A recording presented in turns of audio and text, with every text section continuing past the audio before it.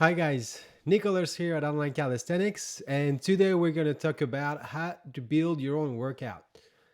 I've had this question asked to me a lot of times recently, especially in these times where people are stuck at home and having and they have to take their health into their own hands. Gyms are closed, so knowing how to build a workout is really important. And I am here today to give you a few tips if you're a beginner or an intermediate on how to schedule and plan your weeks ahead to get the best results. So let's move on to this little document here that I've made. You can actually download it on the website on onlinecalisthenics.com. It's free. Please use it. It's very efficient, really, if you use that method. We also have a 1 day meal plan that is there for free. We have a monthly healthy habit schedule. So we have a bunch of little resources there that you can use completely free to build healthy habits and a strong body on your own and get started right away with calisthenics. So let's dive into this document where we go over an intermediate template. So you can always adjust it if you're a beginner, and I'll show you how. Then we'll talk about how to plan your weeks, and then we'll talk about how to make adjustments through those weeks during the year.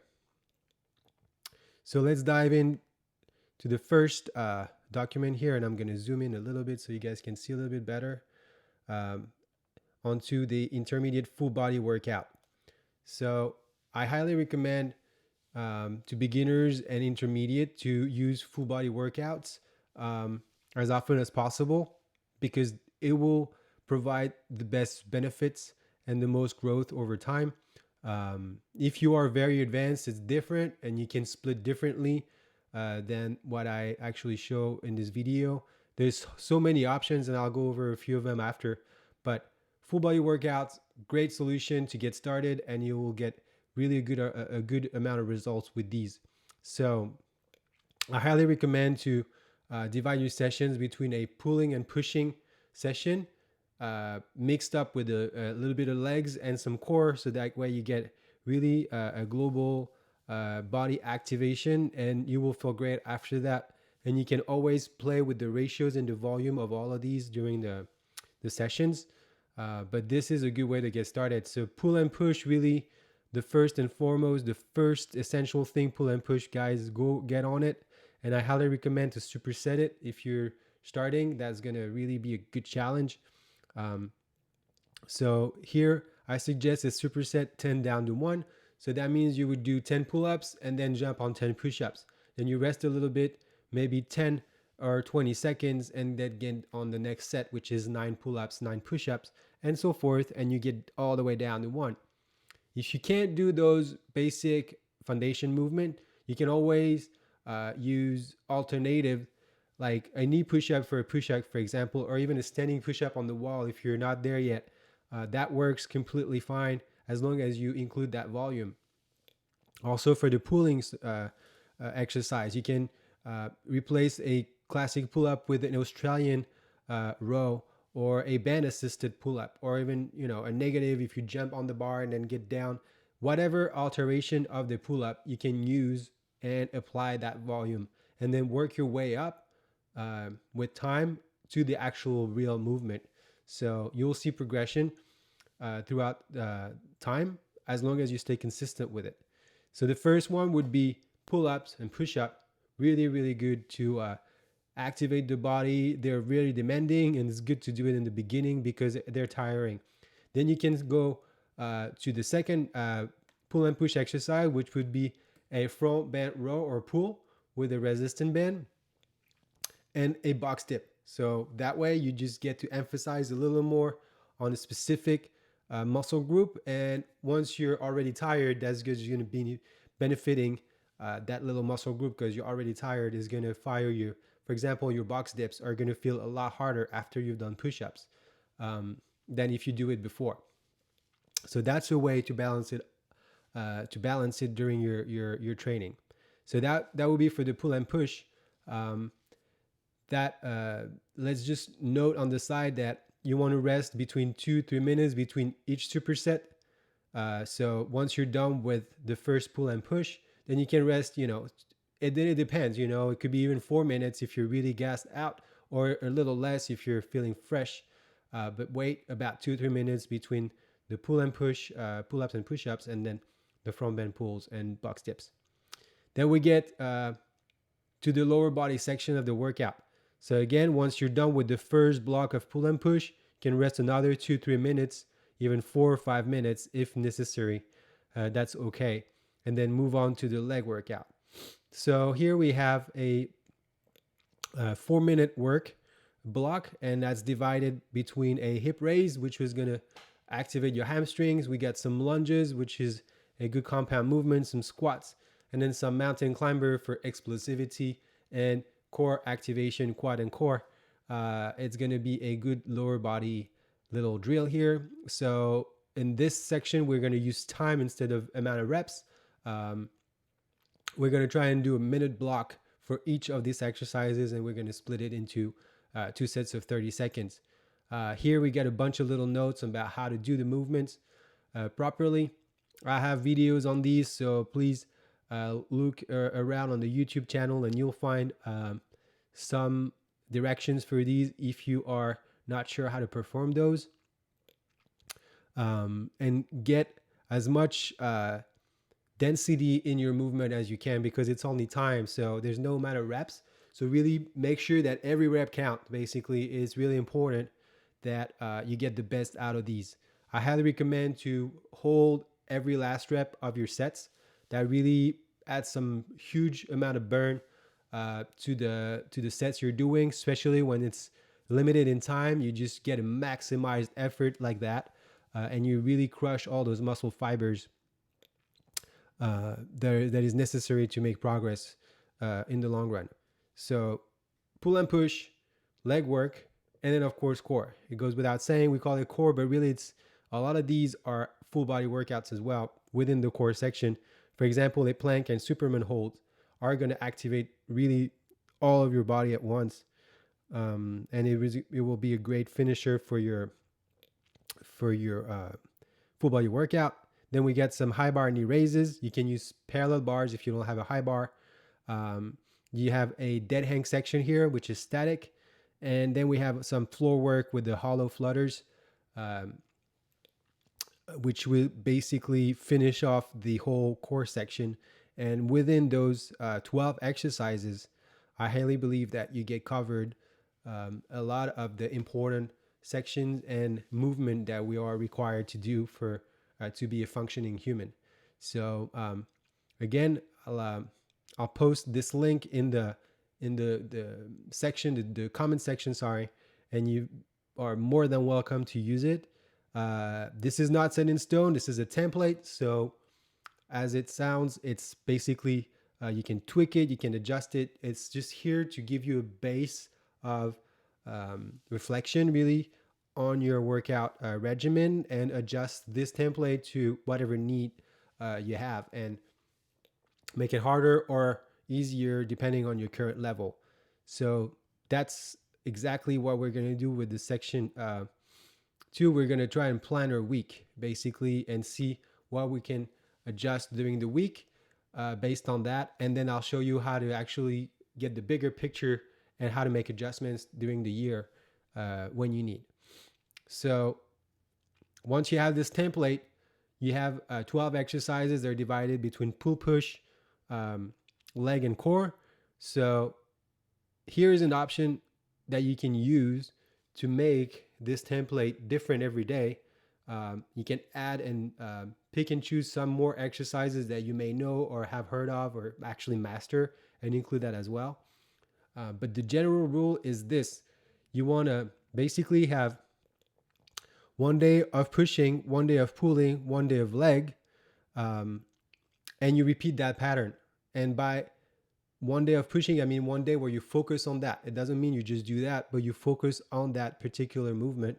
So the first day we're going to focus on pushing, but we're still going to get a little bit of legs and core. So what it means is that, let's say you have 4 quarters of an hour, so 15 minutes each quarter. You're going to spend half an hour on pushing, and then the rest remaining, the remaining half hour, do your legs and core. And then you're going to do that on day 2 for pulling, and then focus on legs and core. Then third day on legs, sorry, and then mix the rest of your body for the last remaining of the workout, and so forth. So you have a divide between push pull, legs and core, and you can adjust the regimen as well, depending on if you want to practice some skills or agility or get stronger and more endurance. These obviously will be different sets, and that's how you need to know how to adjust. And that's exactly why we did that on onlinecalisthenics.com. We made a 4-level program that has 48 days of workouts. They're different and are adjusted like that, incrementally harder for each level, from complete beginner to advanced. And that's really where the science of calisthenics comes into place, is when you know how to adjust all of these things. But for those of you guys who have an idea, please use that again. So day 1, I'm going to focus on pushing and my skill. I'm going to do day 2 and day 3. And then on day 4, I'm going to focus on pushing again, but that time I'll do strength. And then I'm going to do that again, and different adjustments throughout the days. So I'll keep that a little longer here so you can screenshot it. And again, downloadable, onlinecalisthenics.com all day. Please use it. It's very, very useful. So that's how you organize your week based on that template. You can, again, pick some exercise that you like better than others, or that you need to work out or work on during that particular time, and then put it in the plan, and then balance it out like this.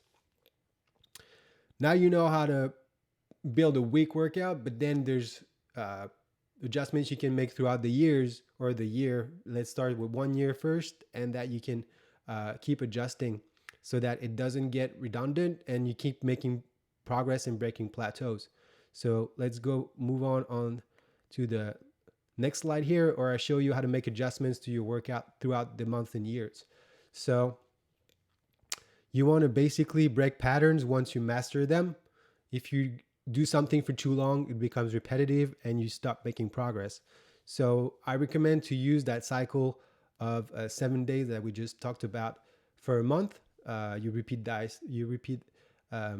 that for an entire month every week. And then you can start with the pulling day instead of the pushing day. On Monday, you can just tweak your mind and break patterns like this by just switching days, adjusting how you organize the week, so that your body gets shocked again by the rhythm. You can also split the week into a pull day, a full pull day, a full push day, a full leg day, and repeat that twice in a week. That's feasible if you know what you're doing. Completely fine. That's also an option. Once you get used to the complete full body, then you can break it down a little differently. That's cool too. If you're a complete beginner, and you need less volume and you can't sustain 6 workouts a week, no problem. Start with 3 times a week. I highly recommend Monday, Wednesday, and Fridays. This is a good rule of thumb.